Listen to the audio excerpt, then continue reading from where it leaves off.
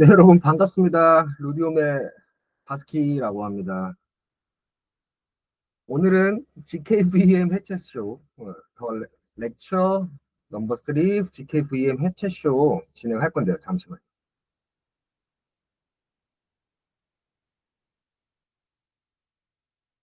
수락을 받아야 돼서. 네. 아, 조금 더 현명하게 했다면, 이 구글 워크스페이스에 스트리밍 기능이 따로 있더라고요. 그래서 이제 그거를 이용했을 텐데, 제가 이거를 이제 주소를 이 방식을 확정짓기 전까지 그걸 몰랐어갖고, 최근에 알아갖고, 네. 아무튼, 오늘은 이제 일반적인 구글 미트로 진행하게 되었고, 오늘 행사에 대해서 잠시 본격적으로 이제 상민님이 말씀해 주시기 전에 오늘 행사에 대해서 잠시 이제 말씀을 드리자면은 아주 잠시만 드릴게요. 렉처라는 이 프로그램은 이제 웹3로 온보딩 하거나 이제 활동하고 있는 빌더들을 위한 이제 강연이죠. 그래서 현업자 혹은 이제 웹3 재단, 혹은 이제 기업들을 이제 연사로 모셔서 웹3 빌더로서 노하우와 인사이트를 물어보고 듣고 이제 그런 부분입니다. 그래서 오늘 발표해 주실 분들은 강의해 주실 분은 이제 조창민님, 레더마인드에서 이제 베리피케이션 팀에서 인턴이셨고 이제 뭐 이더리움 PSE 리서처로 활동 이력이 있으시고 그리고 굉장히 지금 강의에 대해서 이제 오늘 강의는 이제 뭐 강사 소개 GKP 그리고 이제 뭐 이런 부분들에 대해서 GKVM 특히나 이제 그런 부분에서 이제 강의를 해주실 예정입니다. 여러분 뭐 이제 손들기 기능 있잖아요. 그리고 지금 뷰어로 해도 채팅이 쳐지나요 혹시?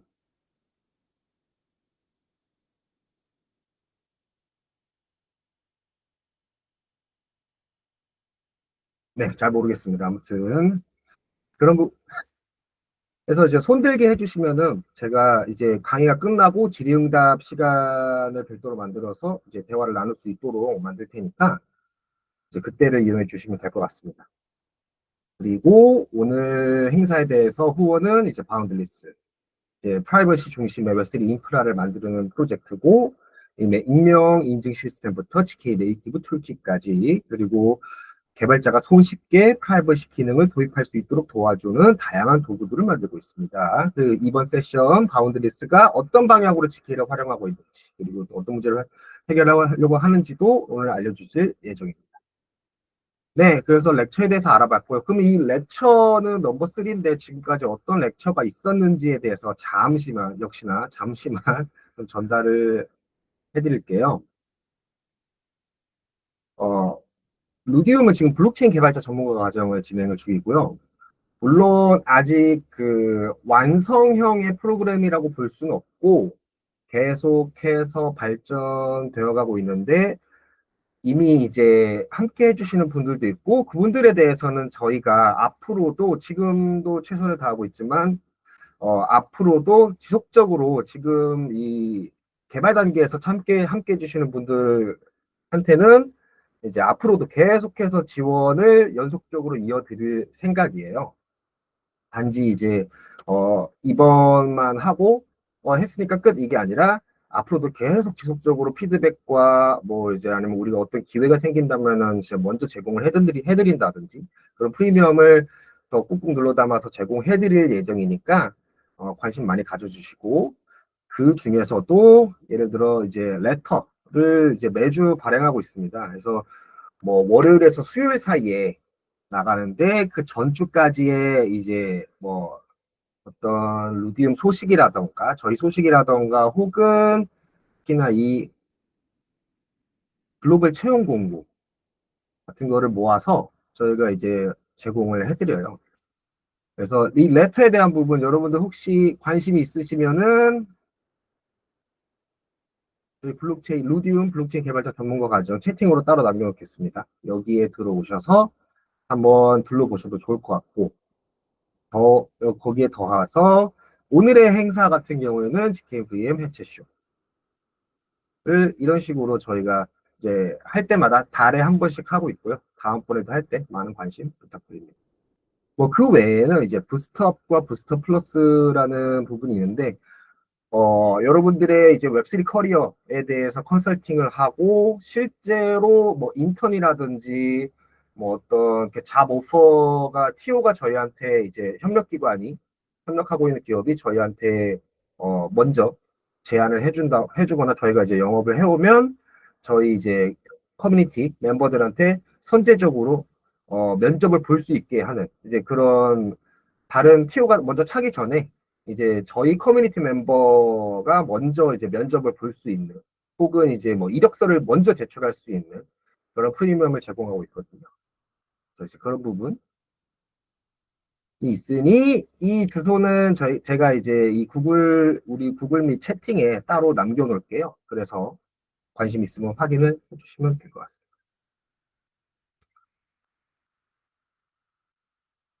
네. 다시 GKVM 해체쇼로 돌아와서 이제부터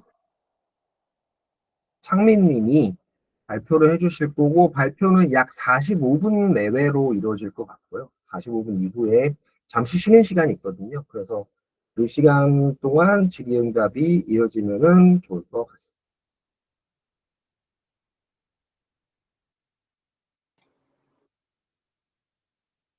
네, 발표 시작하면 될까요? 네, 창민님 발표해 주시면 될 것 같습니다. 네, 감사합니다. 안녕하세요. 카메라도 켜고 한번 진행을 해보겠습니다. 안녕하세요. 저는 조창민이라고 하고요. 어, 화면 공유를 좀 해볼게요.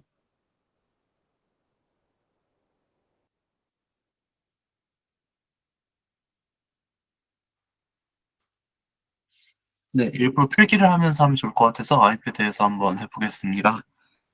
네, 그래서, 네, 아이고, 먼저 시작하기 전에 제 소개부터 잠깐 하기 전에 목차부터 잠깐 이야기를 해보면 좋을 것 같아요. 우선 저는 조창민이라고 하고요. 발표 주제는 GKP가 뭔지 그리고 제 경험들에 대한 이야기를 좀 해보려고 합니다. 네.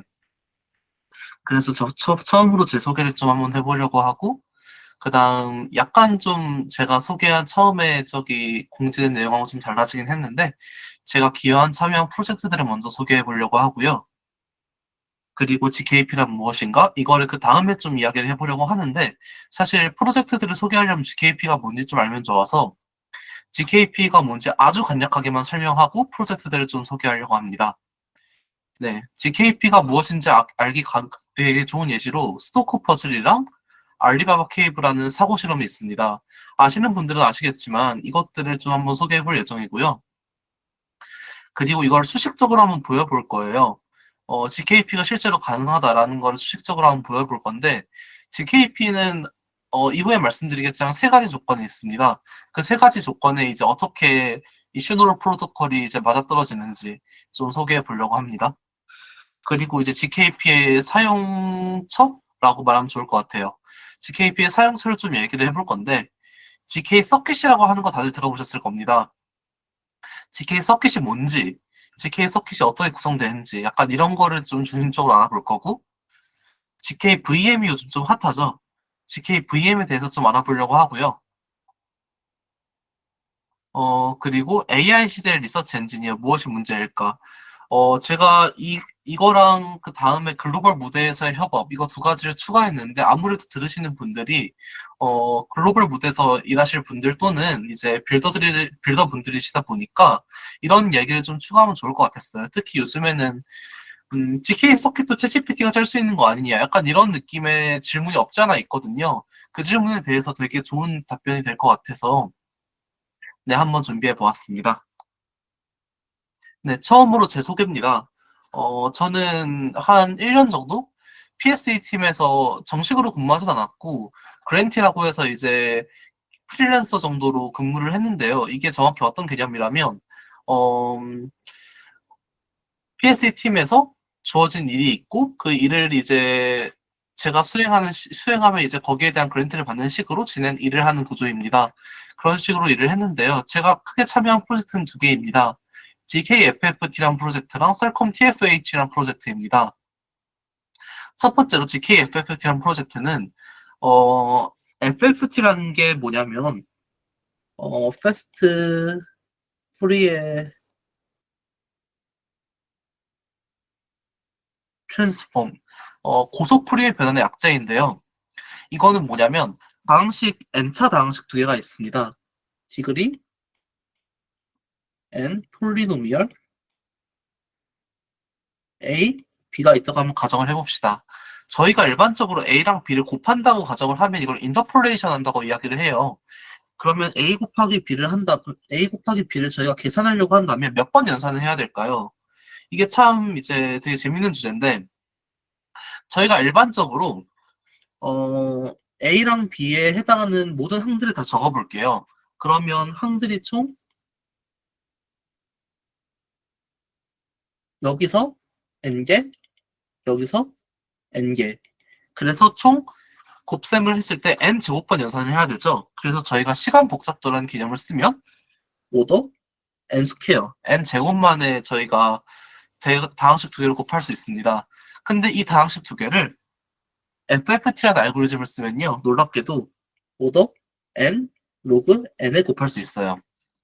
네. 사실 이게 FFT의 정의는 아닌데 FFT를 사용해서 얻을 수 있는 결론 중에 하나인 거죠. 네, 그래서 이제 이거를 구현하는 걸 했고요. 이걸 GK 서킷이라는 걸로 구현하는 걸 했습니다. 이제 이게 왜 필요하냐라고 여쭤보신다면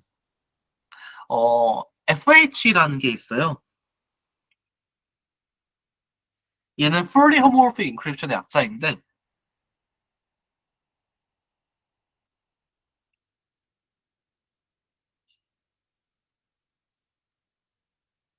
완전 동형 암호라는 거 한국어로 번역하면 그렇게 됩니다. 완전 동형 암호라는 뜻인데요. 이게 무엇이냐?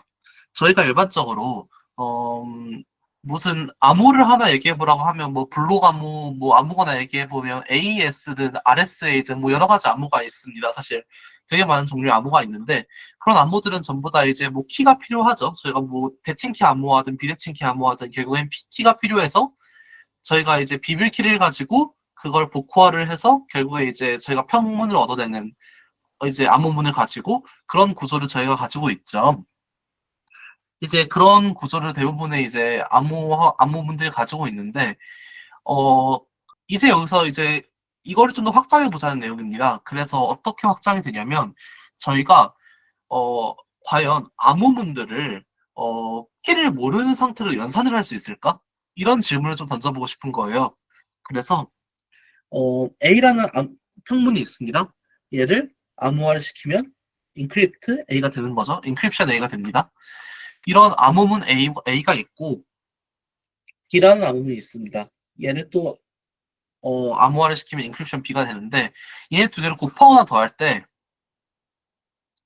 곱하거나 더하는 연산을 수행할 때 얘들을 수행하는 데 있어서 어, 키가 필요 없는 상태에서 그냥 곱하고 더하는 연산을 수행할 수 있을 것인가?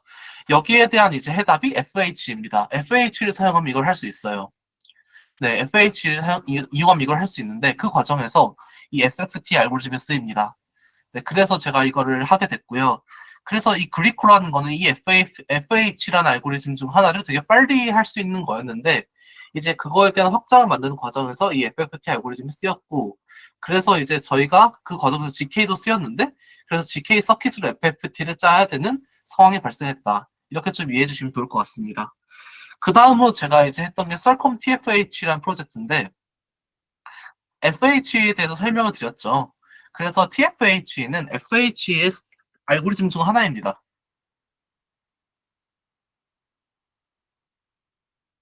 이렇게 적어 놓을게요. 그래서 사실 GKP라는 게 이 썰컴 서킷이라는 게 결국 GK 서킷이라는 이야기인데요. GK 서킷도 결국에는 이제 암호화가 주된 목표가 되는 부분이 없지 않아 있습니다. 그리고 이제 물론 이제 증명 과정을 굉장히 단축시킨다는 이점도 있지만 암호화라는 이제 이점도 GK 서킷이라는 게 가지고 있습니다.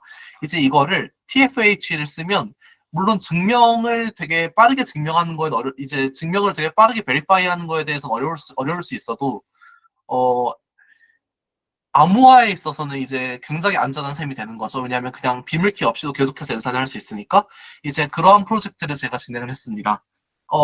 어떤 말인지 잘 이해가 안 되셔도 됩니다. 사실 그냥 이러한 프로젝트를 제가 수행했다 정도만 말씀드리고 싶었습니다. 네, 그리고 제가 일했던 회사는 네더마인드인데요.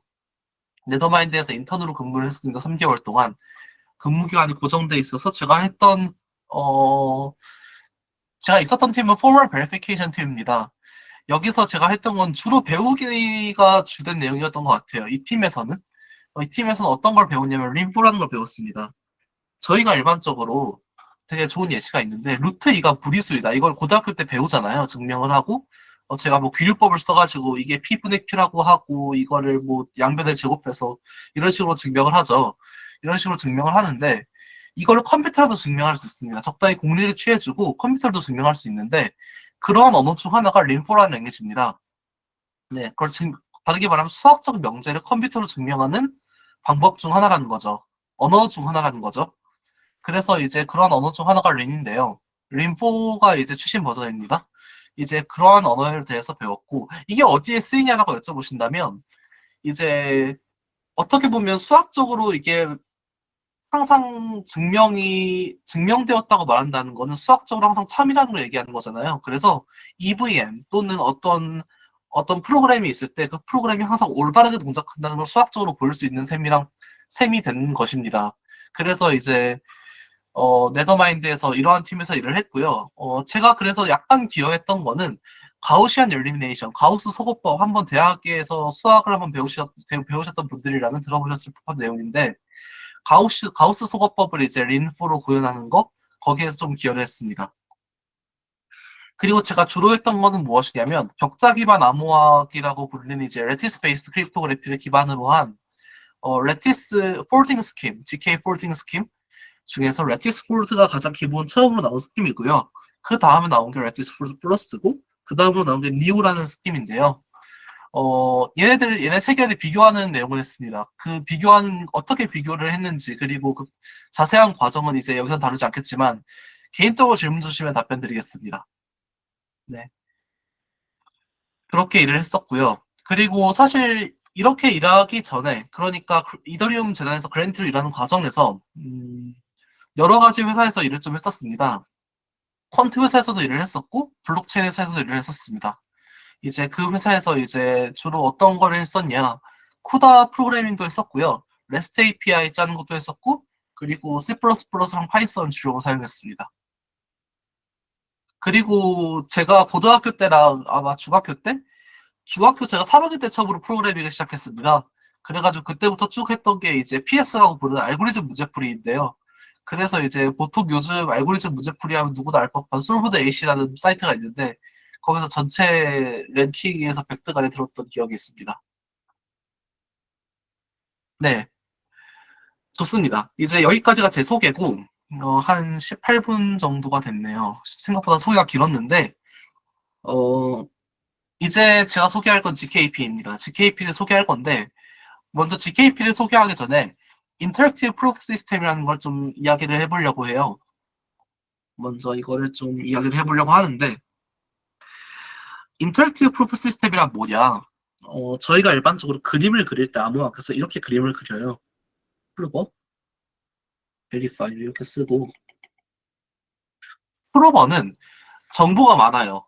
정보가 많아서 베리파이어한테 자기가 난 이런 정보를 알고 있는데 내가 이걸 알고 있다는 거에 대해서 검증을 해줘. 약간 이런 정도의 역할입니다.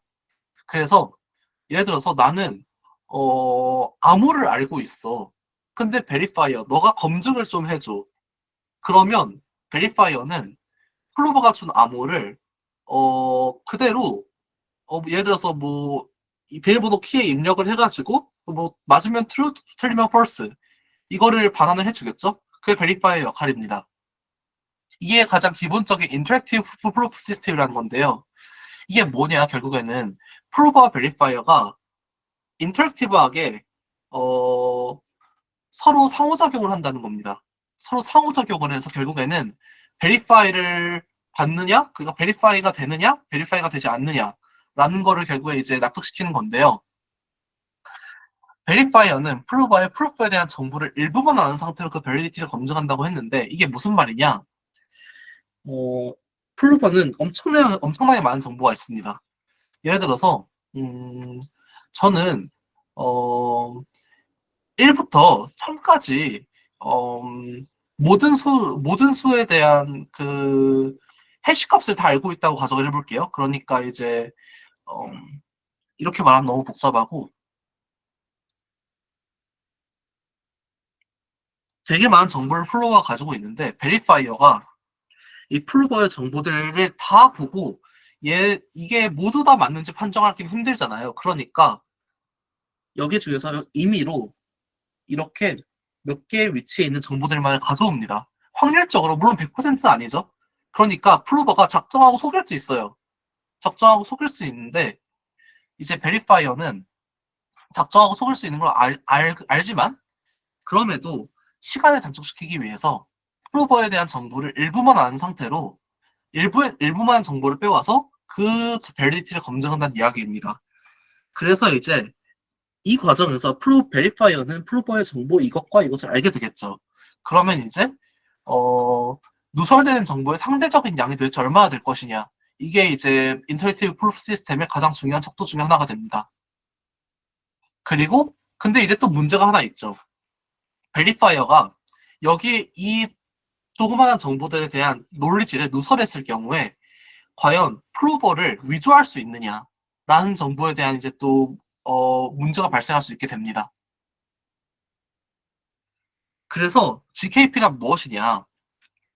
GKP에 대한 이제 좀 이게 포멀한 접근인데요. 프로버가 제공한 프루프를 통해서 악의적인 베리파이어 검증을 수행할 수는 있습니다. 그러니까 여기 프로버가 이만한 프루프를 가지고 있어요. 그래서 베리파이어가 프루프를 이렇게 가져옵니다. 몇 개의 프루프의 어떤 공간을 참고하는 거예요. 그래서 몇 개 이제 정보를 가져와서 예를 들어서 이거 두 개를 가져왔다고 합시다. 이거 두 개를 가져와가지고 예를 들어서 이거 더하기를 했더니 1이 됐을 때 베리파이를 한다. 이렇게 프로버가 알고리즘을 짰어요. 그렇게 해서 베리파이어가 검증을 합니다. 그렇게 검증을 수행할 수는 있지만 프로버의 논리 자체에 대해서 유추할 수 없는, 그러니까 얘네들 자체에 대해서 보관할 수 없는 그러한 프로프 시스템이 필요하다. 이게 바로 GKP라고 이야기할 수 있는 것입니다. 이게 GKP의 포멀한 정의고 예시를 한번 들어볼게요. 이렇게 말하면 좀 어려우니까 제가 미리 그림을 그려왔는데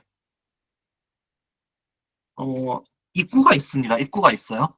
그래서 일단 여기서도 프로버가 있고요. 베리파이어가 있습니다.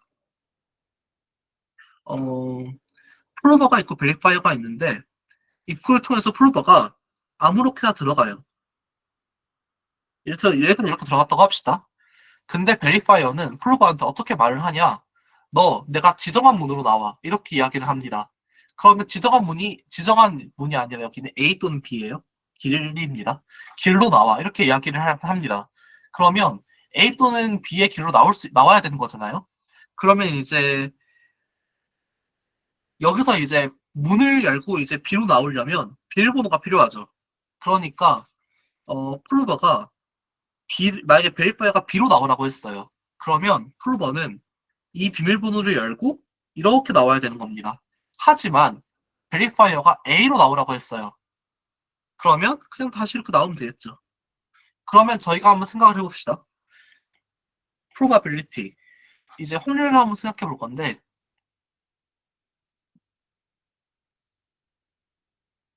어세트된 확률. 그러니까 프로버가 아무 방향으로 갔어요. 랜덤한 방향으로 갔어요. A 또는 B의 랜덤한 방향으로 갔는데 베리파이어가 A 또는 B로 나오라고 했어요. 그래서 오케이. 베리파이어가 이걸 어셉한 확률이 얼마일까? 이거는 2분의 1이죠. 왜냐?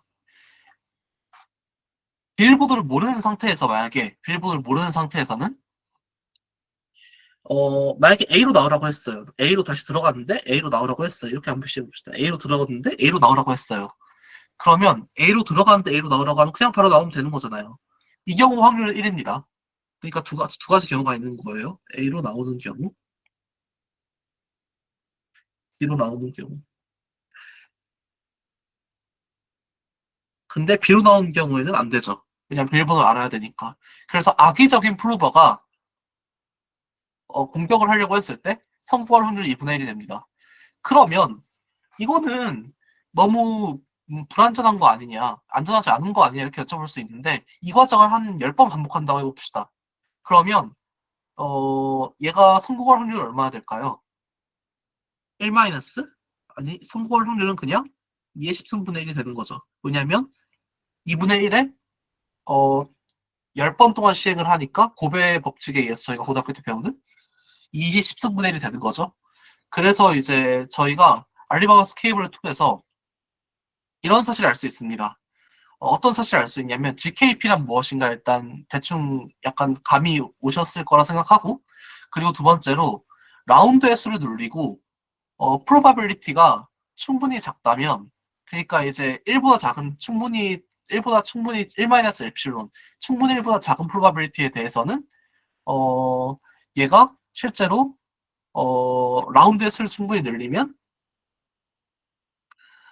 얘네들을 이제 false prover, 그러니까 이제 거짓 정보를 말하는 프로버를 저희가 걸러낼 수 있다. 이런 걸 좀 이제 이야기를 할 수 있는 거예요. 네, 좋습니다. 그리고 이제 스토크 퍼즐. 이건 이제 시간 관계상 잠깐 넘어가도록 하겠습니다. 네, 그 다음으로 이제 말할 건 아이덴티피케이션 프로토콜인데, 프로버는 자신의 비밀키, 시크릿 키를 가지고 있는 걸 인증키 VK, 브레피케이션 키를 가지고 있는 브레이파이어에게 증명을 하려고 합니다. 그래서 이제 저희가 말했던 게 계속 이런 내용이었죠. 대항함의 정보를 교환하고 어셉턴을 리젝한다. 이 시나리오를 분석해보자 하는 건데요. 그래서 이제 GKP의 세 가지 조건이 나옵니다. 한번 알리바바 스케이블을 가지고 한번 대입을 해볼게요. 네, 알리바바 스케이블이었습니다. 그러니까 시크릿 키, 다른 말로 하면 문 비밀번호죠. 문 비밀번호를 가지고 있는 어니스트 프로버는 베리파이어. 그러니까 베리파이어가 어셉하는 증명 만들 수 있죠, 당연히. 왜냐하면 확률이 1이니까요. 왜냐하면 A 또는 B로 나와야 되는데 문 열고 이제 A로 들어갔는데 B로 나오라 그러면 문 열고 B로 나오면 되고, 이제 A로 다시 나오라 그러면 그냥 다시 뒤돌아서 나가면 되니까. 그래서 문 비밀번호가 이제 시크릿 키가 되는 거고, 시크릿 키를 가지고 있지 않은 메리시우스 프로버가 베리파이어가 어셉트하는 증명을 만들 수 있으면 안 된다라고 했는데, 이거는 이제 뒤에 장을 봐야 됩니다. 효율적인 시간 내에 불가능하다는 말인데요. 그러니까 확률이 만약에 엄청 낮아요. 그러니까 확률이 예를 들어서 2의 한 20승분의 1이에요. 그러면 이거를 현실적으로 만들 수 있나요? 현실적으로 만들 수 없죠. 아니면 시간이 매우 오래 걸리겠죠. 기대값이 엄청 오래 걸리겠죠. 그렇기 때문에 베리파이어가 어셉하는 증명을 만들 수 없다고 생각하는 거예요, 저희들. 이걸 네글리지블하다고 얘기합니다. 논 네글리지블하다고 얘기합니다. 그리고 이제 프로버와 베리파이어를 대화해서 엿듣는 입스트로퍼가 시크릿 키에 대한 추가적인 정보를 보관할 수 있으면 안 된다. 제로 놀리지라고 했는데, 네, 그쵸. 그러니까 이제 프로버와 베리파이어 대화를 엿듣는 입스트로퍼라고 한다면 여기서는 이제 박애꾼이라고 얘기를 할게요. 이 박애꾼이요, 시크릿 키. 저희가 이 과정을 반복한다고 해서 그 무브 빌보드를 알 수 있나요? 그거를 이제 엿듣는 사람들이 알 수 없죠. 그냥 무브 빌보드 그 사람이 열고 나온 거니까. 그래서 보관할 수 있으면 안 됩니다. 네, 그래서 이건 제로 노리지를 만족해요. 네, 이렇게 일단 설명하면 좋을 것 같고요. 이거를 좀 설명하려고 좀 했었는데, 네, 일단 한번 설명해 보겠습니다. 시노를 프로토콜입니다. 이건 뭐냐면, 저희가 GKP라는 거를 수식으로 한번 좀 보일 수 있지 않을까? 사고 실험 대신에 한번 그런 의미에서 한번 좀 어렵지만 넣어본 거예요. 네, 먼저 시크릿 그룹이라는 게 나오는데 이게 뭐냐면 대충 설명 한번 해볼게요. 그룹이라는 거는 덧셈, 그러니까 이제 여기서는 이제 덧셈이라고 할게요. 덧셈 연산이 정의되고 어, 항등원과 여건이 존재하는 어떤 대수적인 구조를 의미합니다. 이게 군의 정의예요. 이게 군의 정의인데 이렇게 말하면 좀 어렵고 그냥 secret group of prime order Q라고 하면 이런 겁니다. 그냥 집합이에요. 0부터 Q-1까지. 네. 이런 집합이에요. 이런 집합이라고 그냥 이렇게 생각하시면 될 것 같아요. 네, 이게 가장 쉬울 것 같습니다. 네, 이렇게 그냥 생각해 버리고 이러한 집합이 하나 있습니다. 그러한 집합이 하나 있고요. 왜 근데 이러한 집합을 고르는지에 대한 건 질의응답 시간에 한번 다뤄보도록 할게요. 혹시라도 궁금하신 분이 있으면. 프로버의 시크릿 키는 이 ZQ에서 하나를 뽑습니다. 랜덤하게. 그리고 공개 인증 키는 이제 제너레이터라고 했는데 이 제너레이터가 뭐냐면 이게 좀 약간 어려운 내용인데 여기는 Q-1이라고 하고 여기를 Q라고 할게요. 그냥 이게 좀 더 쉽겠네요. 제너레이터 G에 대해서 G의 0승부터 점점점 G의 Q승까지 Q-1승까지를 Q로 나눈 나머지 Q로 나눈 나머지가 0부터 그러면 0부터 Q-1이 맞겠네요. 죄송합니다. Q-1을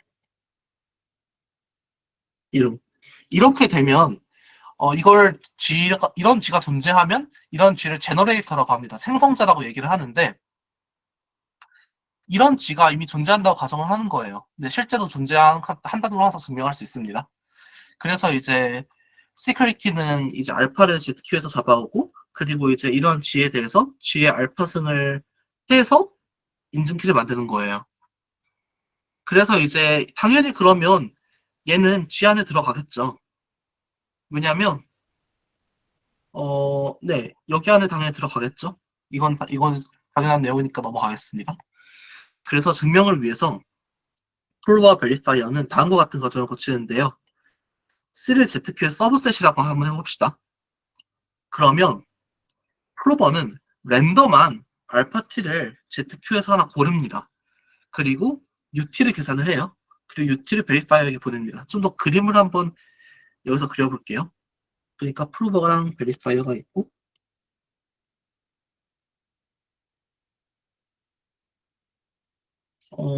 프로버는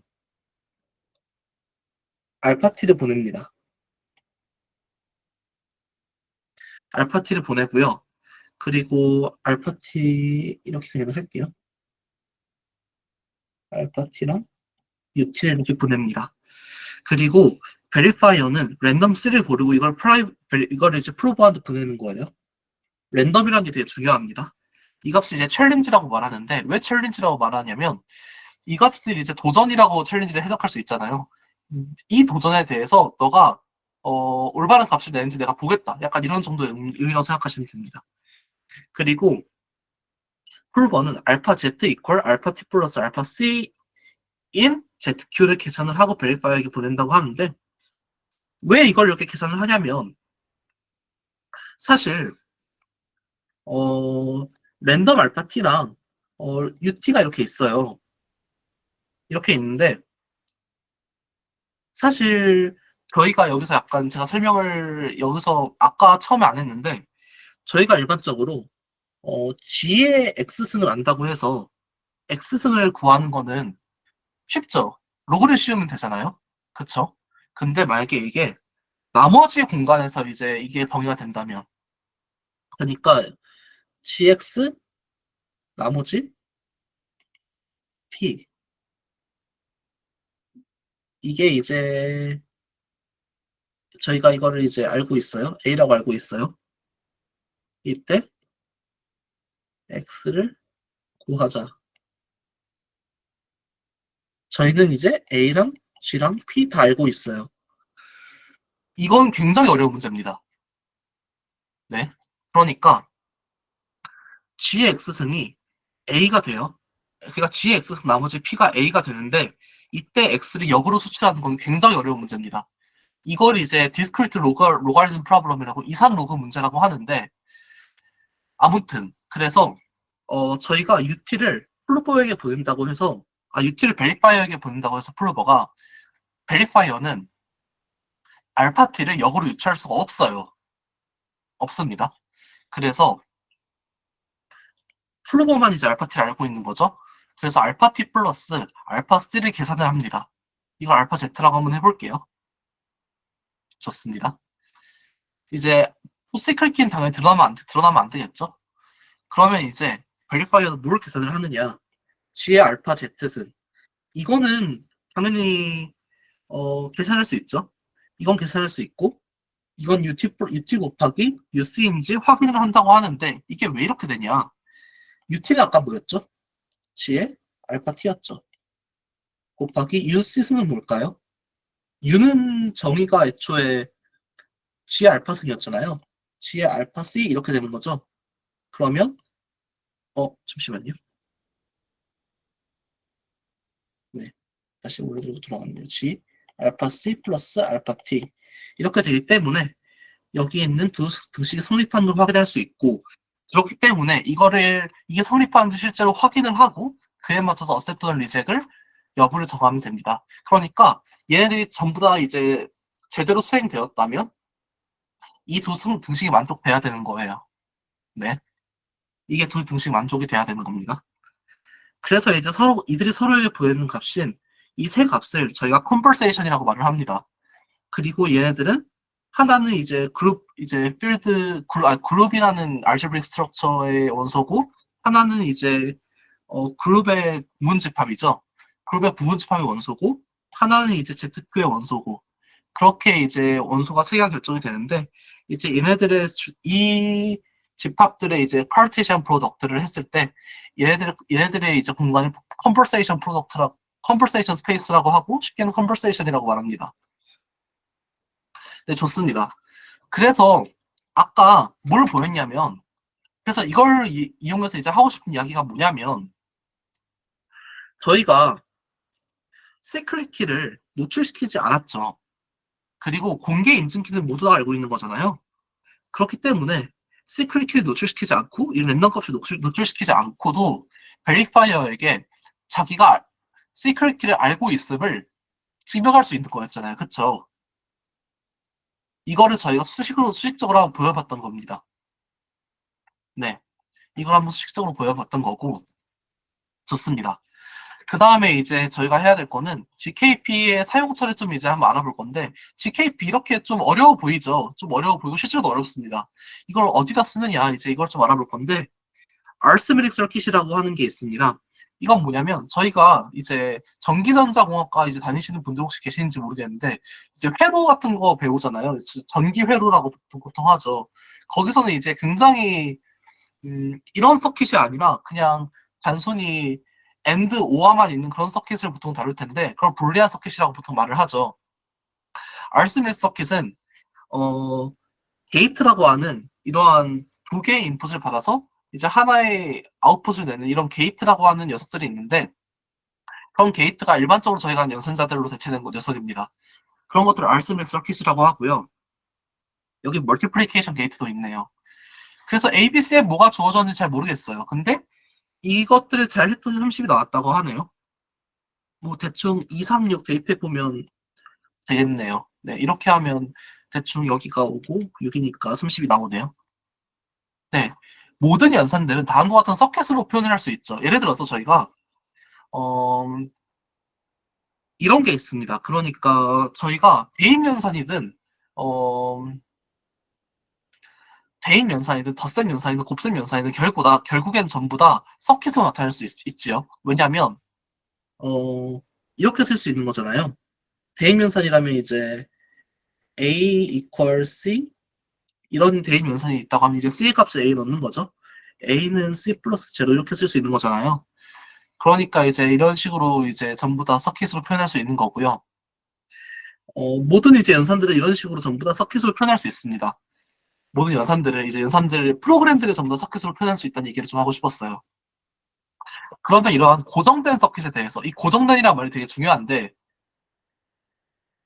플루버는 갑자기 이런 말이 나오죠. 자신의 프라이빗 인풋과 위트니스가 제약 조건을 만족함을 증명한다고 하네요. 그러니까 이게 무슨 말이냐면 이런 서킷이 예를 들어서 이런 서킷이 있어요. 이런 서킷이 있는데 여기서 제가 인풋이 여기서 세 개가 있죠. 이 세 개의 인풋 중에서 이 두 개의 인풋은 제가 이 인풋이 뭔지를 감추고 싶어요. 그래서 이 인풋을 그냥 제가 아무도 모르게 저만 이제 알고 있어요. 그래서 저만 이제 이 인풋을 넣습니다. 그래서 이제 이 인풋을 넣고 그 위트니스라고 하면 중간 값들을 의미해요. 그러니까 여기서 나오는 값들, 여기서 나오는 값들이죠. 그 값들이 제약 조건을 만족하면 증명한다고 했는데 이게 다른 말로 하면 ROCS라고 자세히 들어오셨을지도 모르겠는데 이게 예를 들어서 5는 2 더하기 3 이런 식으로 표현이 되잖아요. 그러니까 예를 들어서요. 그러니까 뭐 A는 B 더하기 C 이런 식으로 표현이 된다고 해보면 A-B-C는 0이죠. 이렇게 표현할 수도 있죠. 이렇게 표현할 수도 있기 때문에 어, A, B, C 얘네들을 가지고 행렬을 만드는 겁니다. 1, 마이너스 1, 마이너스 1 이런 식으로 행렬을 만든 다음에 여기다가 뭐 엄청나게 많은 연산이 있겠죠? 여기다가 A, B, C 이렇게 곱해주면 되는 거잖아요. 그렇죠? 이렇게 곱해주면 이제 전부 다 모든 연산에 대한 제약 조건이 만들어지는 거죠. 그래서 이런 식으로 이제 물론 이것보다 훨씬 복잡합니다. 이제 ROCS라는 거는 이제 이런 제약 조건 만족함을 증명을 하는 거고요. 그러니까 이러한 서킷이 있을 때 그 서킷에 대해서 각 모든 연산들에 대해서 어, 예를 들어서 서킷이 엄청나게 많은 연산들이 이렇게 있다고 해보면 이 모든 연산들에 대해서 어, 식을 만드는 겁니다. 여기 나오는 게 예를 들어서 sim 12 equal sim 11 마이너스 sim 10이라고 한다면 sim 12 플러스 마이너스죠. 12 마이너스 sim 11 플러스 sim 10은 0 이런 식으로 모두 다 제약 조건을 만드는 겁니다. 네, 이런 식으로 제약 조건을 만들고 베리파이어는 퍼블릭 인풋이라고 하는 여기선 지금 A랑 B는 저희가 숨겨진 인풋이라고 했잖아요. 그리고 C는 숨겨진 인풋이 아니라 이제 퍼블릭 인풋이라고 가정을 해봅시다. 공개된 인풋이에요. 그러면 이 인풋과 결론적으로 나오는 얘네들은 전부 다 이제 여기서 프로프라는 말이 나오는데 이 GK 얘네들은 전부 다 이제 위트니스들이 전부 다 이제 인터폴레이션해서 하나의 정수값으로 만들 수 있어요. 이제 그 과정은 생략하겠지만 그 정수값으로 만들 수 있어요. 그러니까 이제 이 모든 계산 과정들을 전부 다 이제 포함하는 어떻게 보면 하나의 수인 거죠. 그 수로 만들었을 때 이 퍼블릭 인풋과 프루프만으로 그 유효성을 확인할 수 있습니다. 이게 무슨 말이냐면 저희가 이게 알스밀 서킷이었잖아요. 그러니까 예를 들어서 이걸 한번 두 개를 프라이빗이라고 해봅시다. 그러니까 흐름을 다시 한번 정리를 해보면 얘 두 개를 가지고 먼저 첫 번째로 하는 거는 이 알스밀 서킷을 가지고 얘들을 가지고 제약 조건을 만드는 겁니다. 얘를 제가 R1CS라고 이야기를 했죠. R1CS가 아닐 수도 있습니다. 이거는 이제 스킴에 따라 다른데 아무튼 R1CS라고 얘기를 했고 얘를 이제 QAP 방식으로 일단 만듭니다. 방식으로 만든 다음에 이것들을 가지고 프루프를 만듭니다. 좋아요. 프루프를 만드는데 이 프루프는요. 베리파이어는 뭘 가지고 이제 이 GK 서킷에 대한 유효성을 검증을 하냐면 이 프루프랑 퍼블릭 인풋만 가지고 검증을 합니다. 그럼 여기서 이제 되게 좋은 질문이 있을 수 있겠죠. 퍼블릭 인풋하고 프루프를 이용해서 여러 가지의 프라이빗 인풋들을 이용한 인풋이 만들어질 수 있다면 이거는 GK 서킷에 오류가 있는 게 아닌가요? 네, 맞습니다. 이게 뭔 말인가 싶은데 예를 들어서 6이에요. 2, 3입니다. 이런 경우에 30이 나오잖아요. 근데 1, 4여도 30이 나오죠. 그쵸? 이런 경우에는 저희가 굳이 그러니까 저희가 증명하고 싶은 거는 얘네들이 퍼블릭 인풋을 제대로 알고 있다는 걸 증명을 해야 되는데 얘네들이 인풋을 그러니까 이제 2, 3이 원래 제대로 된 인풋인데 1, 4를 넣어도 맞는 거잖아요. 그렇게 false proof를 이제 만들었을 때도 얘가 통과가 되기 때문에 이것들은 이제 제대로 된 GK 서킷이 아닙니다. 이런 경우가 이제 GK 서킷의 가장 큰 취약점들 중에 하나라고 말할 수 있어요. 아무튼 네, 그런 게 GK 서킷이고요. 스나크와 스타크의 차이라고 이야기를 했는데 이제 이런 과정들을 하기 전에 스나크라는 거에 대해서는 제가 방금 말했던 것과 아주 유사하게 진행이 되는데요. 트러스트 셋업 과정이 있습니다. 트러스트 셋업이란 무엇이냐면 제가 방금 과정을 전부 다 수행하기 전에 이건 이제 좀 수학적으로 깊이 들어가야 되는데 아까 전처리 과정이 있습니다. 그 전처리 과정이 있으면 이제 스나크라고 얘기를 하고요. 스타크에는 전처리 과정이 없습니다. 그 정도 차이만 짚고 넘어가면 될 것 같습니다. 네, 마지막으로 GKVM 아키텍처 보면 좋을 것 같은데요. GKVM이 요즘 핫하죠. 엄청 핫하죠. 그래서 GKVM이란 도대체 무엇이냐? 결국에는 저희가 아까 제약식이라는 이야기를 했어요. 그쵸? 그 제약식을 가지고 프로프를 만든다고 이야기를 했죠. 그 과정을 얘는 그 과정만 이렇게 똑같이 가져온 겁니다. 아까 앞으로 넘어가지 않을게요. 제약식이라는 게 있었죠. QAP든 RONCS든 그런 제약식을 가지고 얘네들은 그런 제약식들을 가지고 이거는 이제 쭉 한번 넘어가 볼게요. 제약식을 가지고 처음에는 이제 이러한 코드들이 이렇게 쭉 있으면 이 코드를 실행을 시킵니다. 그럼 코드를 실행을 시키면 얘네들이 옵코드 단위로 이제 옵코드나 이제 무슨 되게 제가 로우 레벨 단위까지는 잘 모르지만 네, 옵코드 단위로 이렇게 쭉 코드 실행 결과가 나옵니다. 이렇게 나오면 덧셈 연산도 있을 거고 뭐 대입 연산도 있을 거고 뭐 메모리 참조도 있을 거고 다양한 연산들이 있겠죠. 그러한 것들을 처리하는 게 이 익세큐션 트레이스고 이 트레이스들을 다 모아놨어요. 그래서 이제 이 익세큐션 트레이스가 이렇게 쌓인 겁니다. 이 익세큐션 트레이스들을 가지고 얘네들 다항식들로 만들어요. 다항식으로 만든 다음에 얘네들 전부 다 모아서 프로프를 생성합니다. 좋아요. 얘네들 전부 다 모아서 프로프를 생성하고 그게 GKVM입니다. 간단히 말하면. 그러니까 다른 말로 하면 컴퓨터를 실행을 해요. 그러면 실행하면 엄청나게 많은 변수들이 있을 거고 그 변수들의 실행 결과가 이렇게 쭉 뜨겠죠. 약간 제가 프로파일링하면 나온 결과들처럼 그것들을 그 어, 중간 결과에서 이제 나오는 그 단위들을 전부 다 모아가지고 얘네들을 전부 다 배치해서 프로프를 만든다고 생각하시면 됩니다. 다양식들로 모두 다 표현한 다음에. 그래서 산수연성 같은 거는 이렇게 전부 다 표현이 됩니다. 얘네들이 이제 목적 레지스터라고 하고요. 네, 목적 레지스터라고 하고 얘네들이 이제 RS1, RS2가 이제 인풋 레지스터가 되는 거겠죠. 이렇게 되는 거고 이제 메모리 접근과 주소 계산, 로드 스토어도 유사하게 제약식화를 하게 됩니다. 그래서 베스트 바이너리를 실행해서 제가 말씀드린 대로 트레이스를 수집한 다음에 이제 제가 말씀드린 대로 제약식이라는 걸 이제 만들어서 연속성 선형성이라고 했는데 얘들이 뭐 하는 거냐면 결국에는 앞에 있었던 그 코드들의 그 변수들의 목록이 이렇게 쭉 있을 겁니다. 예를 들어서 변수들이 예를 들어서 엄청나게 많다고 하면 이렇게 그 값들을 예를 들어서 0, 0, 0, 0, 1, 0 이렇게 한번 해볼게요. 그러면 그 뒤에 있는 녀석은 앞에 있는 녀석에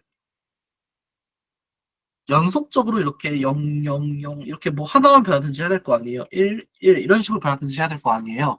이러한 상태에 대한 제약식을 적용하는 겁니다. 다항식을 만드는 겁니다.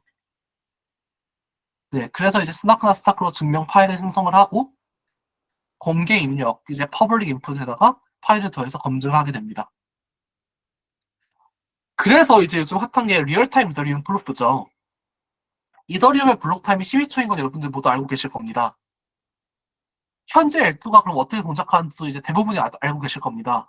시퀀스란 존재가 프루프를 일정 주기로 배치해서 에러에 올린다고 했는데 이 일정 주기라는 거는 다른 말로 하면 플루버가 프루프를 만드는데 걸리는 시간 플러스 알파가 되겠죠. 이 알파는 대충 뭐 약간 오버헤드를 포함하는 내용이겠죠.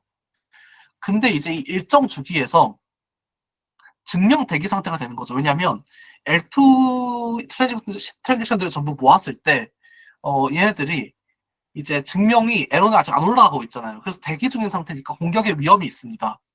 그리고 프로버 네트워크에 대한 신뢰 수준이라는 게 낮아지게 되는 거죠. 그러니까 저희가 일반적으로 시퀀스를 일방적으로 믿어야 되는 거잖아요. 물론 이제 리얼타임 미더리움 프로프에서도 비슷하지만 그래도 시퀀스에 대한 신뢰성이 조금 낮아도 상관없다 정도 이야기하고 싶었고요. 저희가 각각에 대한 이게 결국에는 리얼타임 미더리움 프로프라는 거는 저희가 프로프를 만들자마자 이걸 바로 미더리움 제출하는 거예요. 바로 다음 블럭에. 그러면 바로 증명이 되는 거잖아요. 즉시 증명이 되는 거죠. 물론 이제 12초간의 그 약간 오버헤드가 있겠지만 그렇게 해서 블록이 확정되기 때문에 MEB 저희가 말하는 일반적으로 말하는 MEB 공격의 여지가 축소될 수 있게 됩니다. 네, 그래서 이제 마지막으로 여기까지 제가 GKVM에 대해서 설명을 드렸고요. 시간이 어떻게 딱 맞네요. 네, 되게 딱 맞았습니다. 이거는 제가 좀 넣고 싶어서 넣어봤는데 제가 요즘에 느끼는 부분이기도 하고 많은 친구들과 같이 이야기를 해봤을 때 느끼는 부분이기도 했습니다. 사실 친구들이라고 해도 이제 저보다 나이 많은 이제 GK 리서처님들이 대부분인데 AI 시대 리서치 엔지니어라고 하는 건데요. 보통 저희가 챗GPT를 딸깍하면 이제 GK 서킷 엔지니어도 다 이제 대체될 수 있는 게 아니냐, 약간 이런 정도의 고민이 있을 수도 있습니다. 약간 이런 부분에 대해서 이제 얘기를 하려고 하는데 결론만 말하면 아닙니다. 결론만 말하면 아닌데 왜 아닌지부터 얘기를 한번 해보면 어, 일단 기본적으로 암호학이라는 거는 어, 저희가 일반적으로 저희가 리서치 엔지니어가 한 대부분의 일이 암호학 내용을 구현하는 건데 그거는 상당한 내용의 검토 내용을 필요로 합니다. 그래서 일단 기본적으로 사람이 있어야 되고 근데 상당하게 변한 부분은 시간입니다. 한번 사례를 보시죠. 사례원입니다. 그래서 AI에게 구현을 맡기고 검수를 꼼꼼히 하는 식으로 진행이 됩니다. 왜냐하면 이게 훨씬 빠르니까요. 그래서 AI 비중이 높아지고 이게 중요합니다. 예전처럼 툴 없이 순수하게 뇌를 이용해서 구현하고 구현치를 완벽하게 이해하고 있을 기회가 점차 사라지게 됩니다. 이게 정말 중요하다고 저는 생각해요. 자기가 직접 짠 게 아니니까요. 그래서 리서치 자체에 회의가 되는 건 이제 그 사람 사정이긴 한데 이제 예전처럼 툴 없이 순수하게 뇌를 이용해서 구현하고 구현치를 완벽하게 이해할 수 있는 기회가 점차 사라지게 된다면 이건 꽤나 큰 문제죠. 그래서 제가 생각하는 해결 방법은 코드에 대한 이해도를 넓혀갈 수 있는 방법 중에 하나는 시간에 대한 압박이 없는 일을 할 수 있는 게 아닐까. 시간에 대한 압박이 없는 일이 무엇일까요? 오픈소스 컨트리뷰션이 아닐까. 저는 그렇게 생각합니다. 그러한 활동을 계속하면서 자기 성장을 이뤄가는 게 저는 굉장히 좋은 접근이라고 생각해요. 그리고 이제 이거는 약간 딴소리지만 AI라고 하면 저희가 결국에 AI에 대적하지는 못하겠지만 AI에 동참할 수 있는 거잖아요. AI를 만드는 데 예를 들어서 뭐 도움을 준다거나 그러는 데 있어서 GK가 AI랑 좀 연동될 수 있는 분야가 GKML이라는 분야가 있죠. 물론 다른 분야는 제가 잘 모르겠지만 아무튼 그런 분야에 있어서도 FPGA나 컴파일러 같은 그런 다양한 이제 CS 전반에 대한 다른 다양한 깊은 지식들이 있으면 꽤나 좋은 어드밴티지가 된다고 저는 생각합니다. 네, 그리고 이제 두 가지 좀 말하고 싶었는데요. 이건 약간 스라이드가 깨졌네요. 글로벌 무대에서 협업이라고 적어놨는데 이거는 약간 루디움 아구님의 추천을 받아서 한번 적어봤습니다. 영어가 얼마나 중요하냐? 전 영어가 매우 중요하다고 생각합니다. 왜냐하면 영어를 실제로 제 생각에 그렇게 잘하지 못하는 외국인도 만나봤고 영어를 잘하는 외국인도 만나봤고 그렇게 다 만나봤는데 제가 생각하기에 가장 큰 차이는 제가 말하고자 하는 바를 명확하게 전달하는 능력 같습니다. 사실 그러니까 벌벌이 아니라 일반적으로 말하는 그냥 써서 말하는 그러한 내용을 그러니까 이제 소통하는 그런 텔레그램 챗이나 그런 걸 통해서 이제 저희가 의사소통을 할 때도 영어 실력이 필요가 있냐 여쭤보실 수 있는데 그런 걸 하는 데 있어서 의사를 명확하게 전달하는 능력이 저는 굉장히 중요하다고 생각해요. 또는 적어도 그 문장의 명확한지 판단하는 능력 정도는 중요하다고 생각합니다. 왜냐하면 이런 게 없으면 나는 분명히 머릿속에서 완벽히 구체화가 돼 있는데 그게 말로 표현이 안 되다 보니까 좀 의사소통에 어려움을 겪는 경우를 제가 많이 봤어요. 네, 그렇게 영어는 좀 중요하다고 생각이 들었고요. 그리고 좀 드리고 싶었던 말씀이 제가 좀 느꼈던 건데 한국인들이요 좀 전반적으로 급하고 좀 화가 많은 것 같아요. 이제 한중일 사람들에게 모두 적용되는 말 같은데 좀 이제 농담으로 하는 말이지만 이제 여유를 가지고 이제 좀 대하는 것도 괜찮은 것 같습니다. 제가 인도인이랑 이제 일을 해보는데 그 사람들 막 볼레볼레 거리면서 되게 여유롭게 일을 하더라고요. 그래서 그런 사람들 보고 전 되게 마음이 편해지더라고요, 저도. 그래서 저도 되게 좋은 영향력을 많이 받았고 그런 과정에서 익숙해지라고 말을 했는데 어차피 같이 일할 거면 그분들하고 같이 호흡을 맞춰보는 것도 괜찮지 않냐라는 생각이 좀 들었습니다. 네, 여기까지 제 발표는 끝입니다. 45분 딱 채운 것 같은데 네, 질문 있으면 언제든지 해주셔도 좋고요. 제가 슬라이드를 하나 못 만들었는데 감사합니다 슬라이드를 하나 못 만들었고 그리고 혹시라도 궁금한 부분이 있으시거나 따로 연락 주실 거나 할 게 있으면 텔레그램 챗 알파 골뱅이 인덱스트로 연락 주시면 감사하겠습니다. 네, 저 발표는 여기까지입니다. 감사합니다.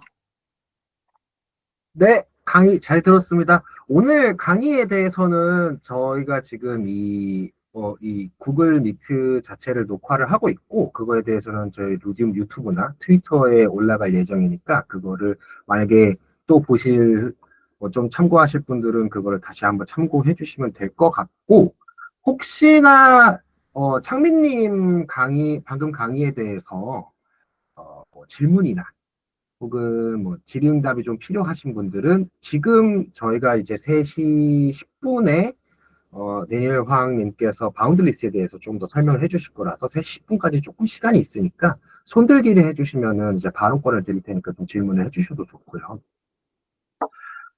혹시 있나요? 네.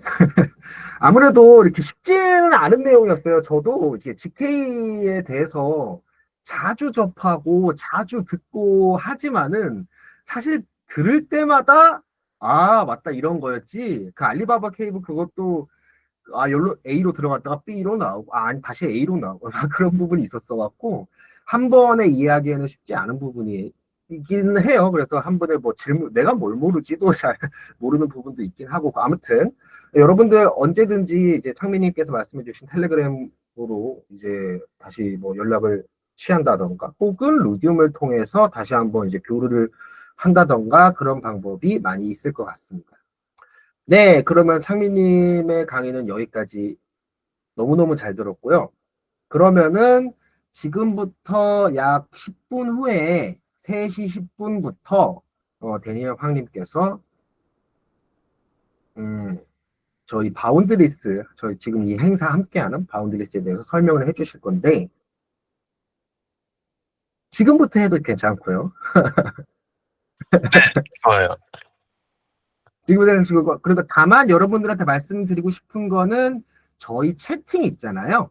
제가 채팅에 바운드리스 자료를 업로드를 해놨어요. 거기 채팅을 보시면은 구글 드라이브로 연결을 할 수 있고 여러분들 지금 다운받을 수 있는데 혹시 다니엘님 제가 이 화면 공유로 이거를 띄워놓으면 괜찮을까요?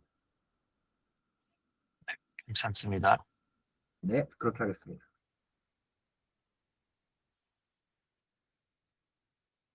I could also send you the files if that's okay. 그 한국말 그렇게 잘 못해서 그 영어로 하겠습니다. 네, 물론 괜찮습니다. 그리고 안 그래도 방금 네. 전에도 영어의 중요성을 우리가 잘 들었기 때문에 그것도 들었어요. 잘 네, 들었기 때문에 그래서 아무래도 그 이제 잘 파일, 체험하는 시간이 될 것 같습니다. 네. 네, 그 동선한테 파일 2개 보내는데 그 예, 확인했습니다. 어디로? One is I had to update. 잠깐만요. 네, 알겠습니다. 새로운 거 하나.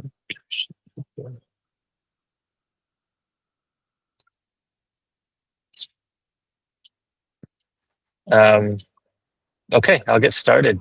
And also, as I am doing this kind of sharing information about Risk Zero and Boundless.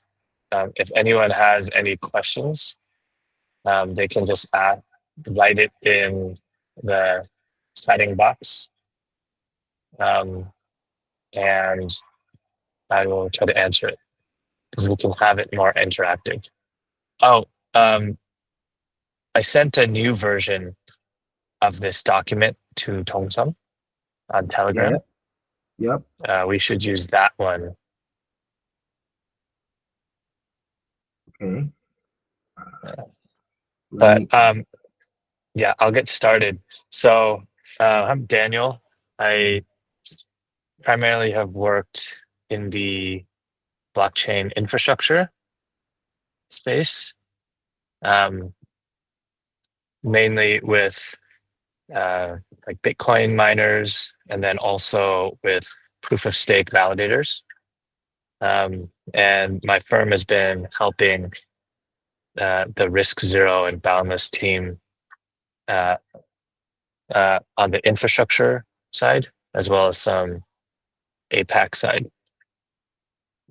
So maybe some of you had a chance to come to the sort of informal meetup 2 weeks ago, where the CEO and COO of Risk Zero and Boundless came to Korea.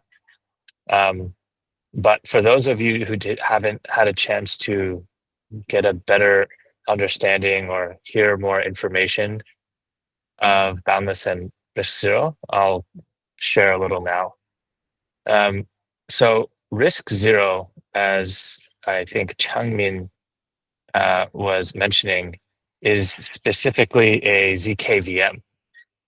And so I'm assuming that most of you know what ZKVMs are, but a very specific clarification I want to make is that ZKVM is obviously not a layer one, because there are quite a few zero knowledge or ZK blockchain projects that are layer ones, right? So this is like Zcash, Monero, etc. And Aleo, for example, of a ZKL1. And then there's a bunch of ZKL2s, right? These are like Aztec, Stark, etc., Starknet, etc.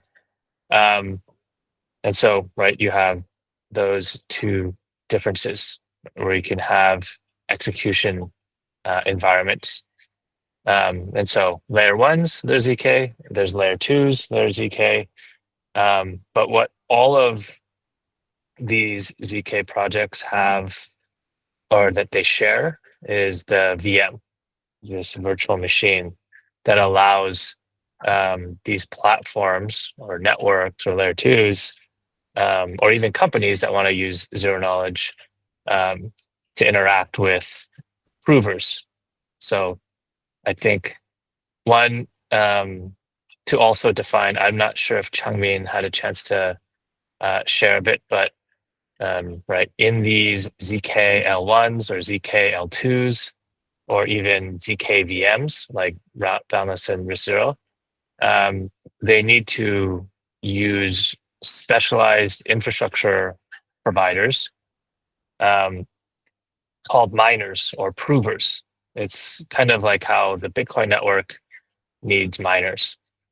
And these ZK miners, also known as ZK provers, they usually use specialized equipment, right? GPUs, or as Changmin was saying, FPGAs. Maybe in the future, there will also be ASICs, these application-specific integrated circuits that most Bitcoin miners use today to mine Bitcoin. And so with these ZKVM, you're able to integrate and connect with this large population of people who are running ZK miners or ZK provers. And what's nice about this, the ZK VM just existing on its own by not being an L1 or not being an L2, is that it has the ability to integrate with any network. And so, for example, RISC-0 specifically is the ZK VM. It's the team that built the first ZK VM. And it's actually been forked because it's open source, and that's why you see other ZK VMs like Succinct, etc., exist. What also is interesting and important to note is that because the RISC-0 project is not a layer 1 or layer 2, it doesn't have to compete with other layer 1s or layer 2s. For example, like Monero or Zcash or Aleo, because they are ZK L1s, they have to compete for developer mindshare from the other layer, right? Basically, a ZK L1 has to compete with Ethereum or Solana, etc., right? And that's why you've seen a lot of those ZK L1s not be as successful. And so I think a really good example or comparison that you can make for a ZK VM is if everyone remembers Chainlink. Chainlink was this Oracle service that was basically can interact with any chain. And every single blockchain, L1 or L2 network, requires an Oracle service if they want to have real-time data feeds for information. And so because Chainlink is not a ZK L1, and it can be interoperable or integrated into any layer 1, you saw a lot of really big success with Chainlink. And so I would even say that the ZK VMs, like RISC-0 or Succinct, etc., also are basically the Chainlink of ZK, right? Because they don't have to compete with any layer 1s. They integrate in with other layer 1s. So for example, what that specifically means is that the RISC-0 ZK VM can integrate very easily with Solana, with Ethereum, which they have already done both for Ethereum and Solana, and then allow the existing layer 1, like Solana, to scale, right? Because you can basically offload on-chain computation that would have happened on Solana or Ethereum, bring it off-chain, prove it, and then you can have transaction throughput increase that way. And so that's something that's quite helpful. So, right, basically, you can think of ZK VMs it is allowed to integrate with everyone, so it's everywhere. So now I will explain a little bit of Boundless. So, right, I've been using kind of both RISC-0 name and also the Boundless name. So Boundless is basically a product or marketplace that the RISC-0 ZK VM team made. And so Boundless is basically you can think of it as a structure or framework or even marketplace platform that allows ZK VM to plug in. And then you have provers, right? ZK miners plug in. And then on that platform and marketplace, which is called Boundless, any layer 1 blockchain, layer 2 blockchain company that wants to use ZK can go to the Boundless marketplace or platform and then be able to get their ZK proofs done. And so actually, Boundless platform that the RISC-0 team made is not only limited to the RISC-0 ZK VM. You can actually connect any other ZK VM to it. But then obviously it's just letting RISC-0 connect to it first. And so that's, I think, some of the important definitions that I wanted to sort of cover. I think the most important takeaway from this, and maybe Changmin was able to talk about it in his presentation earlier, is that the ZK VM concept is important because it can be integrated into any network. It's basically the chain link of ZK, if you think of it. All right. So before I move on to the very specific parts of the boundless platform and ZK RISC-0 ZKVM, are there any questions?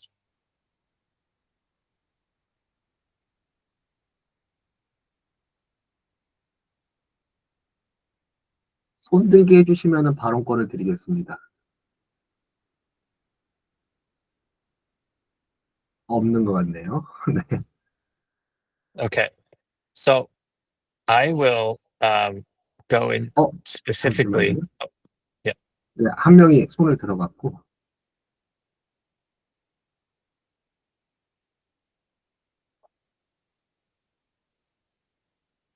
혹시 어떤 말씀을 할 게 있으실까요? I just stepped out for a minute.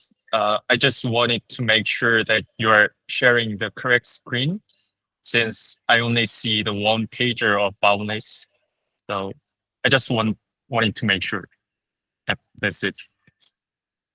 Yes, this is there's actually two documents that I think Tongsan and Baski will share in the group chat I think you guys have. But yeah, just to clarify, Duke, Boundless is the platform and marketplace that the RISC-0 team created as a way of allowing different ZK VMs to get connected with ZK provers. And so you can interact both ways. Okay. So something that I think is interesting about RISC-0 and in comparison or contrast to other VMs, ZK VMs, is that RISC-0 has something called their ZK VM that is integrated into the Boundless platform that they made, proof of verifiable work. Okay, so let's get into kind of the structure of how these work. And then obviously like the one pagers, like pretty self-explanatory. So the problem that we've seen with some ZK layer ones is that zero knowledge proofs are very valuable in that it allows you to make, certain statements without revealing a lot of information or any information whatsoever. And remember, I compared sort of ZK mining or ZK proving to Bitcoin mining, right?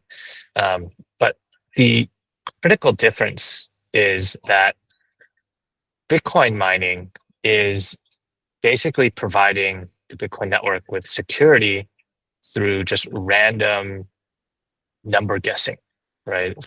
I'm sure those of you understand how the Bitcoin mining algorithm works. But basically all these miners in the Bitcoin network, they have a lot of heavy machinery, like that's spending a lot of electricity to basically guess as many numbers as possible to basically win a Bitcoin block, right? And it's because the energy spent on making as many random number guesses as possible to guess the right number is what secures the network. But in the ZK case, zero knowledge proofs are not random number guessing, right? At least for RISC-0's proof of verifiable work. What you have basically is that there's really like ZK mining or ZK proving is a very valuable computation process that allows like layer 1 blockchains, layer 2 blockchains, companies use ZK to do very important computations. And so you don't want to just waste it. I'm going to tell you an example of what I actually use ZK for in a bit. But I wanted to make that distinction, right? ZK mining is not just random, wasteful mining, right? It should be specific. A lot of different layer one ZK L1s just do random ZK mining, and they just reward their miners with tokens that they mined when nothing of consequence or nothing specifically was proved. Proof of verifiable work makes sure that if you have verifiably proved something, then you should get rewarded. You shouldn't get rewarded for just random dumb work that hasn't provided any value or proved anything. And so, in this case, for example, what you can have is that, there's going to be, let's say, some Solana block, a block on Solana blockchain that needs to be proved, through this boundless platform. Solana blockchain can come and say, hey, I'm willing to pay this amount of money if you can prove this Solana block within this amount of time. And then, only then, you're able to earn a reward for that, because you've actually done real work. It's not just random, dumb work. And that's what proof of verifiable work makes sure to provide. But there is also, and I believe the tokenomics is going to come out that will provide much more specifics to this process. But what you can also do is, because the Boundless platform has its own token, it's called their token. If you have, let's say, you're a random ZK miner, ZK prover that went to Solana or received the approval to prove a Solana block, Solana paid you. That one block that you proved becomes sort of like a ticket. So I'm a prover, and then let's say you're Solana Foundation and say, hey, prove this block on Solana through the Boundless platform. And then okay, I proved it. I was able to prove it within the time that you provided me. And then I got money from you, So what now happens is that one thing that I proved becomes like a ticket. A ticket now, I hold a ticket. And then if Ethereum comes onto the Boundless platform and says, hey, Daniel, prove this Ethereum block, and I proved it, then I get a second ticket, and on and on and on. And those tickets basically allow me also to earn tokens from the Boundless platform.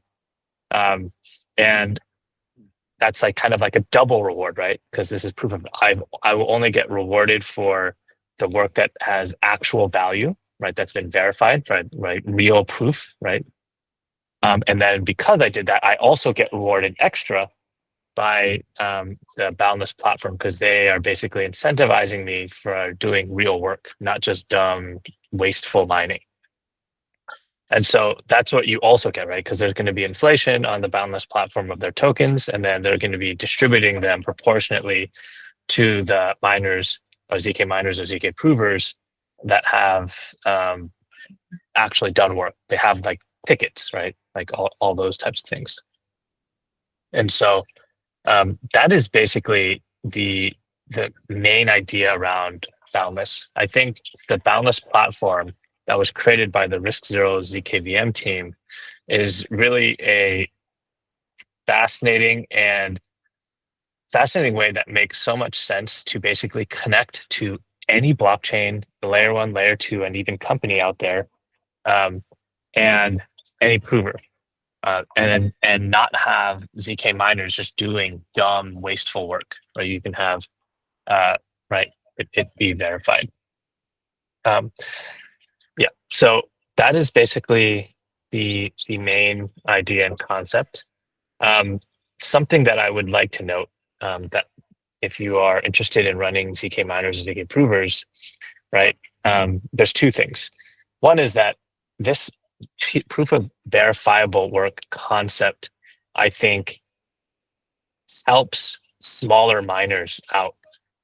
And the reason I say that is because if you have a random normal ZK L1 and you want to be a ZK miner or a ZK prover there, you're going to have to compete with, right, these huge miners that have millions and millions of dollars of equipment and in some warehouse in a mountain with free electricity, right? And basically, if you have the most advanced equipment, then you can't compete because their hash power, their power is just going to be so much higher than yours.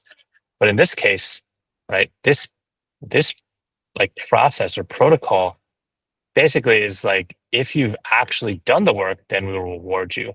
So you don't necessarily have to have the biggest hash power. You just have to be able to do the work, right, within the amount of time.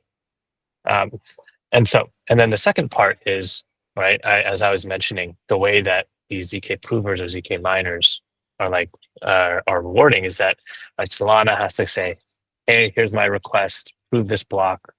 If you prove the block within, I don't know, 5 seconds, I'll give you, this amount of money. Right? Ethereum does that, and other blockchains do that. Right? But then in this case, there can only be one. Right? There can only be one ZK miner or ZK prover that is going to win that request. Right? They're going to put their bid up, say I can do it, and then Solana will say, okay, I choose you. So there's going to be 1-to-1. And so, right, that sounds a bit tedious, right? Like, or a bit like difficult because you have to manually you're thinking like, oh, I have to manually go and say, I can do this, I can do this. And some people are going to be waiting and they're not going to be able to get enough bids or requests. And so if you take a look at the bottom left-hand section of the infrastructure one pager, where you see the prover node automation, the Boundless platform, right? And that's why this platform exists. It can automate those bids and requests for you, right? So you don't have to be up at 3 a.m. in the morning and hoping like that someone is going to be putting out like a request for a proof. You can just automate it, and then the platform does it very nicely for you. Okay, but also as like a 2.5 point, number 2.5. In addition to that point is that, right, what if there's not enough requests, right? What if there's not enough blockchains or enough companies that want ZK proofs to Boundless or layer 2s?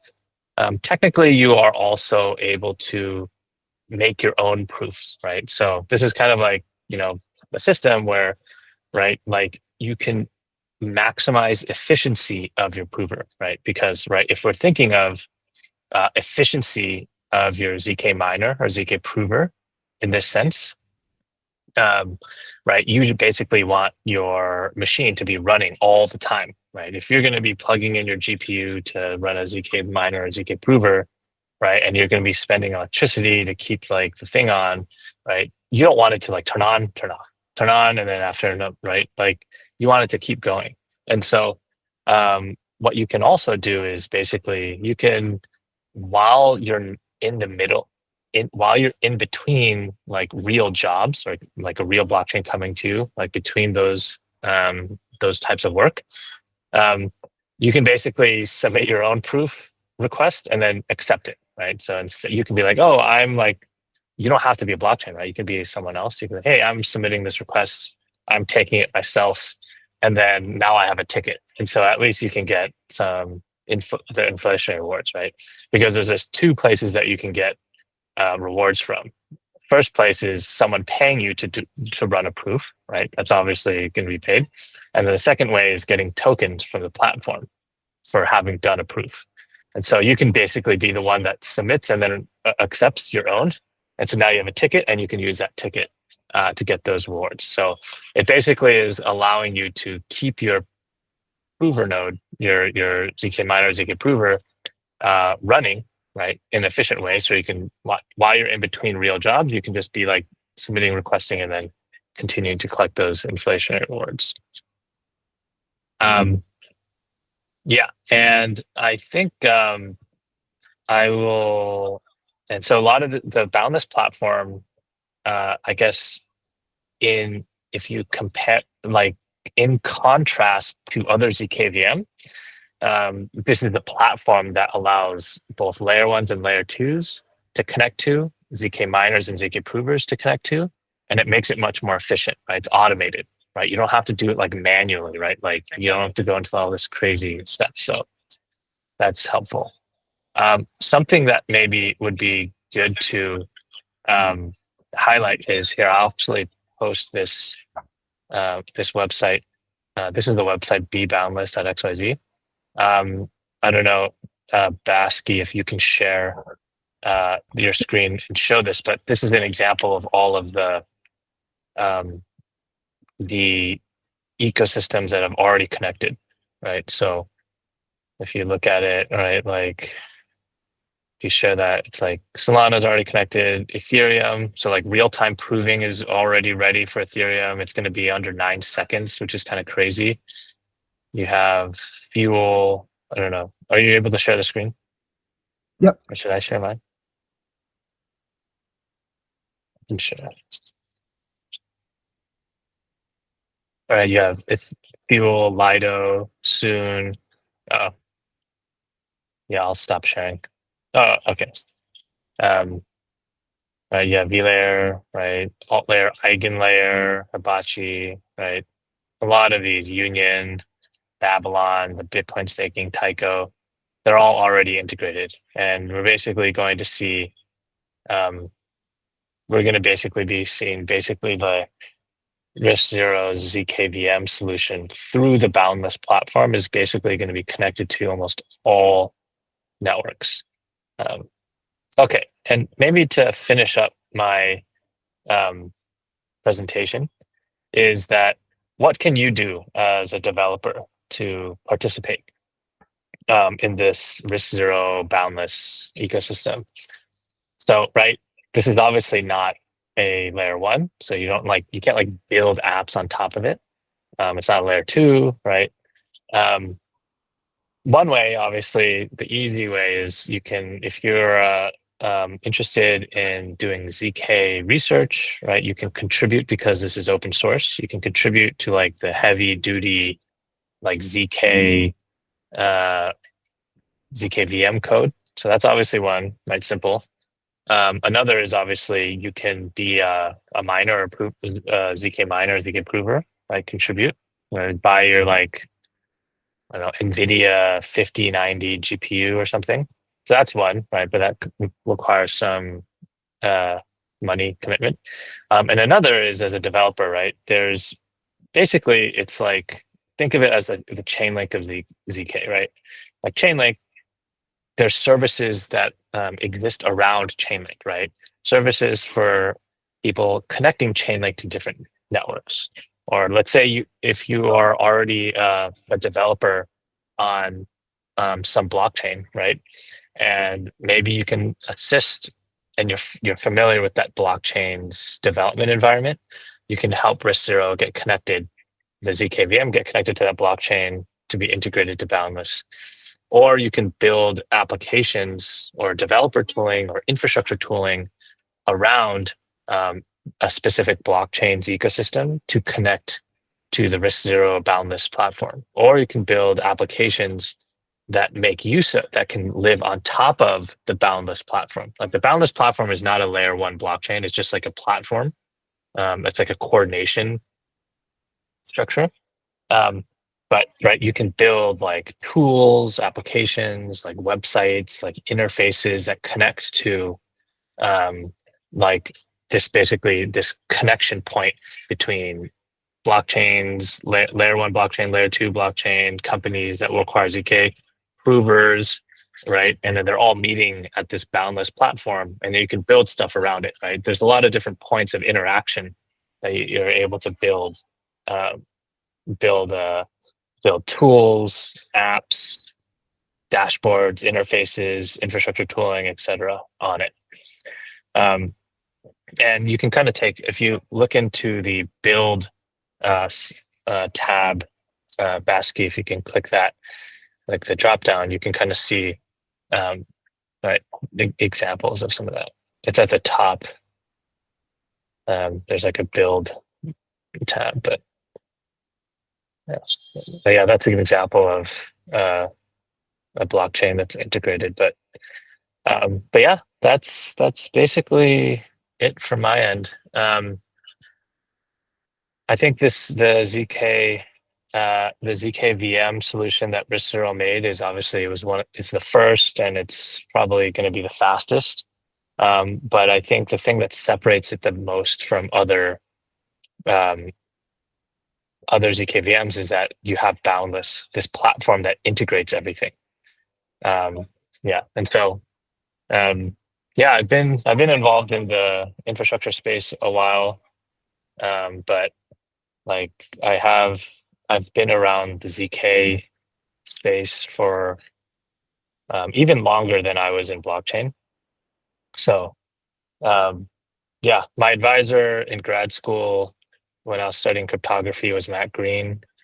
He was one of the co-authors to the Zcash Zero Coin paper.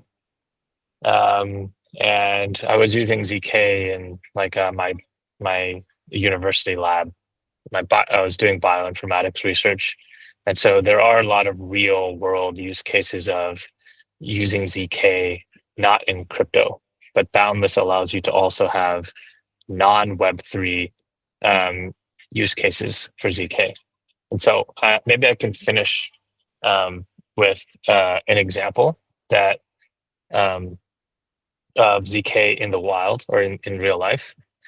And maybe this is another opportunity that you guys might have to think of some ideas of how to use the Boundless platform to use the provers and do that stuff.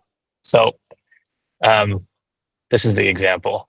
I used to work in a bioinformatics lab almost 10 years ago.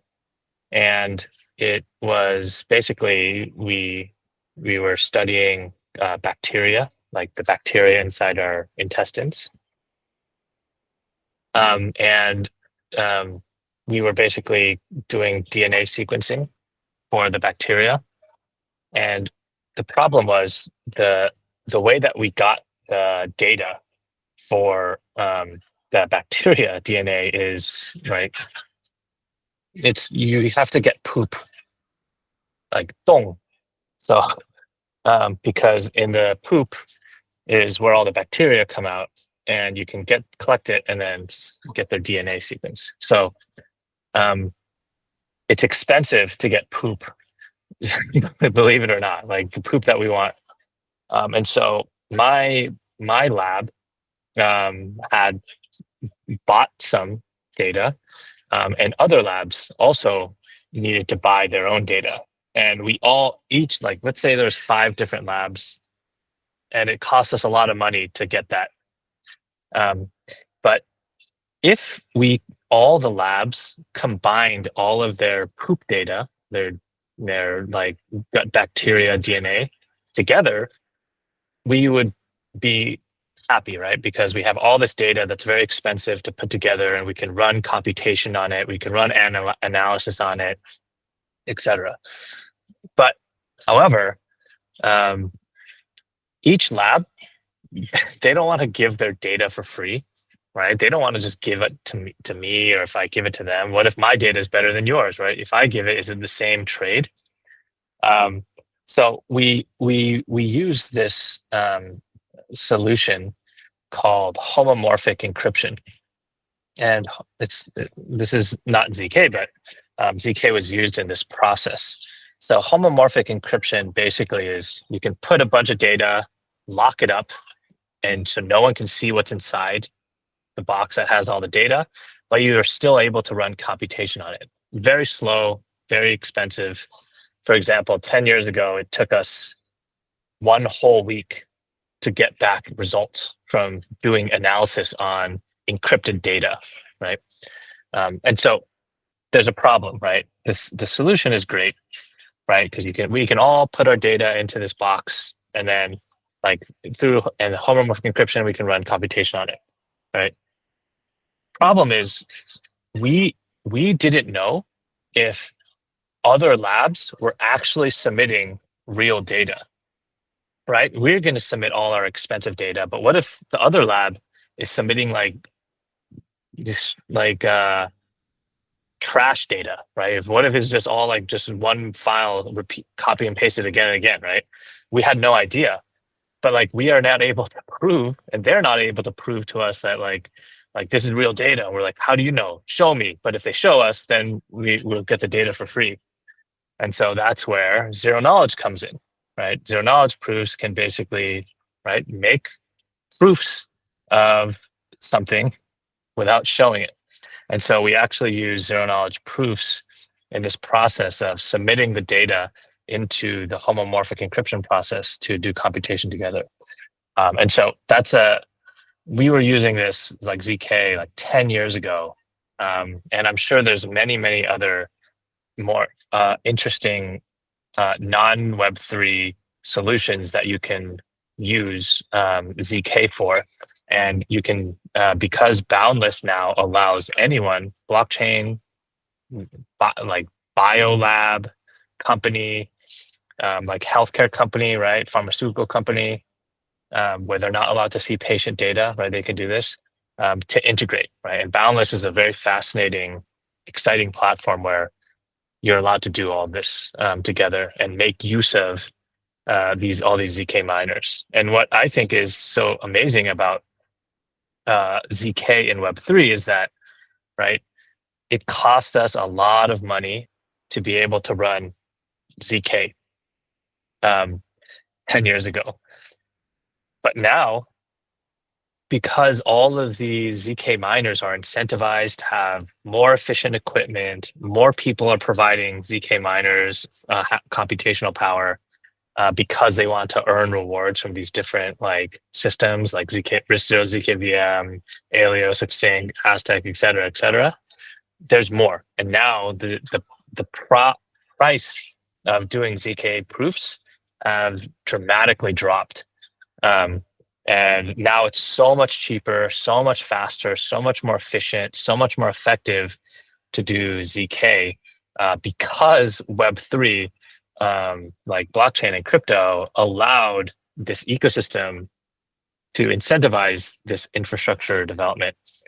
And now, right, if I still worked in a bioinformatics lab, I would be getting our lab to connect into Boundless so we can run our ZK proofs through this. So Web3 really helped. Crypto really helped. The ZK zero knowledge proof ecosystem to really use for real world. Okay, yeah. I hope that example is helpful. But it's a really exciting time now that we're seeing this. 네, 데니얼 황님의 좋은 어떤 그 ZK에 대한 바운드리스 리스크 제로에 대한 얘기부터 해서 진짜 크립토와 ZK가 우리 실생활에 어떻게 활용될지까지 설명을 잘 해주셨고, 우리 채팅 보면은 이제 바운드리스 아까 제가 보여드렸던 바운드리스 그 자료하고 그리고 이제 데니얼 황님께서 이제 여기에 우리 웹사이트 주소까지 올려주셨으니까 확인해 주시면 될 것 같고, 오늘의 녹화는 말씀드렸듯이 오늘의 그 강의는 다 녹화되고 The session was recorded and will be uploaded along with the materials you gave me, so people can revisit it. 아무튼 이제 그런 다시 볼 수 있으니까 여러분들 하시고, 오늘 한 10분 정도 처음부터 끝까지 계속 같이 봐주셨는데 너무나 감사하고, 이것으로 오늘 렉처 넘버 3 GKVM 뭐였죠? 파헤치기였나? 아무튼 그래서 오늘 여기까지 하도록 하겠습니다. 모두 감사합니다. Bye. Thank you for having me. Thank you.